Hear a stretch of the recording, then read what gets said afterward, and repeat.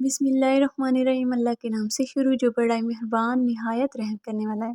इसी के साथ ही आज की वीडियो हम स्टार्ट करते हैं। आज मैं बना रही थी आलू मटर गाजर। मेरे पास चीज़ें ख़त्म हो चुकी थी, तो यही बस थोड़ी सी पड़ी थी और सालन भी नहीं था, बनाना था लाजमी। तो फिर मैंने सब्र शुक्र करके इन्हीं में से मैंने कहा गुज़ारा करते हैं, बना लेती हूँ।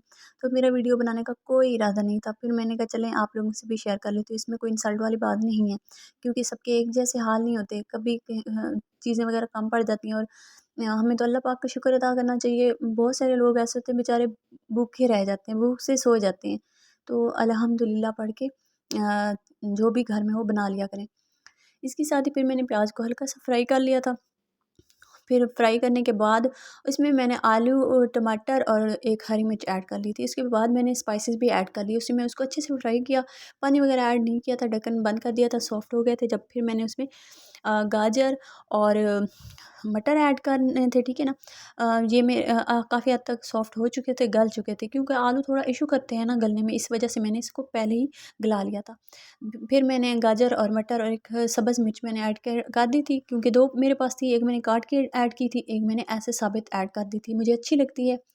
तो बस इनको अच्छे से हमने फ्राई करना था, इसमें पानी वगैरह का कोई ऐड नहीं करना था। हाँ, फिर मैंने इसको कवर करके छोड़ दिया लो टू मीडियम फ्लेम पर। ये पकने ये पे छोड़ दिया था। बस मैंने यहाँ पे फिर एक बार इसका ढक्कन खोला और चम्मच हिला दिया, तो मुझे थोड़ा-सा लगा कि अभी इसको मज़ीद दम की ज़रूरत है। तो फिर मैंने दोबारा ढक्कन बंद कर दिया। नमक, मिर्च जो मैंने ऐड की थी बिल्कुल ठीक थी।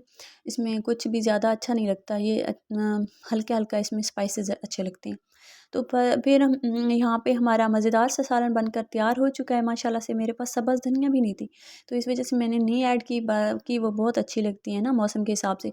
तो लीजिए हमारा मज़ेदार सा आलू मटर और गाजर का सालन बनकर तैयार हो गया है। अल्लाह का शुक्र अदा कर, सब्र शुक्र से जो भी घर में हो बना लिया करें।